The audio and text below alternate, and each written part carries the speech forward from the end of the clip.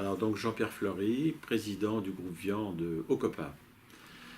Donc nous allons aborder deux sujets. Le premier sujet, la conjoncture du secteur viande bovine européen.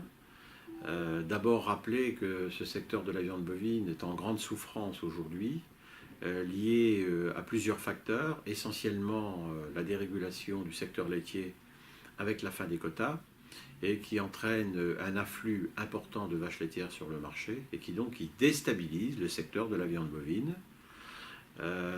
Rappelez aussi que nous sommes tributaires de l'embargo aussi sur la Russie. Et puis enfin, le troisième paramètre, c'est les difficultés que nous rencontrons aujourd'hui avec la Turquie pour pouvoir exporter dans ce pays, notamment lié avec la maladie de la fièvre catarrhale qui nous bloque le marché à l'exportation sur ce pays. Les conséquences sont importantes puisque dans la conjoncture, nous assistons à une baisse des prix importante des animaux destinés à la viande. Une baisse qui s'était déjà manifestée au cours de l'année 2015 et qui est en train de s'amplifier avec le premier semestre 2016, lié notamment, comme on l'a dit, avec des abattages importants du secteur de vaches laitières et qui viennent perturber le marché de la viande bovine. Cette conjoncture, elle amène à des baisses de revenus très importantes des producteurs, qui est le sujet principal que le groupe viande du COPA a traité aujourd'hui. Donc nous travaillons actuellement des solutions au COPA pour pouvoir arriver à une remontée des prix, mais nous sommes intimement liés. Tant qu'il n'y aura pas de décision prise dans le secteur laitier, on n'aura pas les solutions sur le secteur viande bovine. Donc les solutions doivent être trouvées ensemble. Le COPA travaille beaucoup avec la DG Agri, la partie agricole de la Commission. Il y a beaucoup d'échanges, il y a beaucoup de discussions. Il y a aussi beaucoup d'échanges avec les États membres sur lesquels nous essayons de trouver des solutions.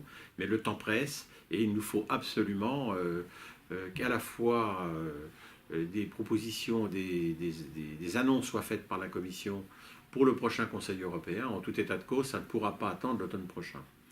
Le deuxième point que nous souhaitons évoquer, c'est enfin nous avons obtenu la mise en place de l'Observatoire de la viande bovine. La Commission a donné son feu vert.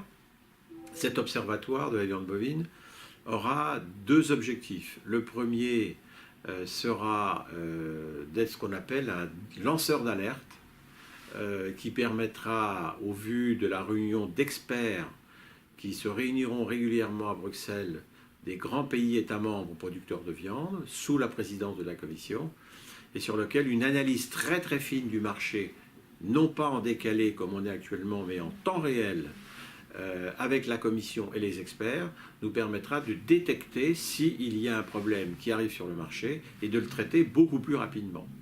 Enfin, le deuxième point sur cet observatoire, il était convenu aussi avec la Commission, et ça c'est une forte demande que le COPA avait, c'est d'avoir une plus grande curiosité de ce qui se passe dans la chaîne alimentaire, c'est-à-dire tout au long de la filière, depuis le producteur en passant par les opérateurs de marché pour aller à la distribution, et sur lequel, et la Commission le convient aujourd'hui, qu'il y a des profonds dysfonctionnements dans cette filière-là, où la marge, le retour de marge n'est pas transféré aux producteurs, et surtout dans cette période de crise.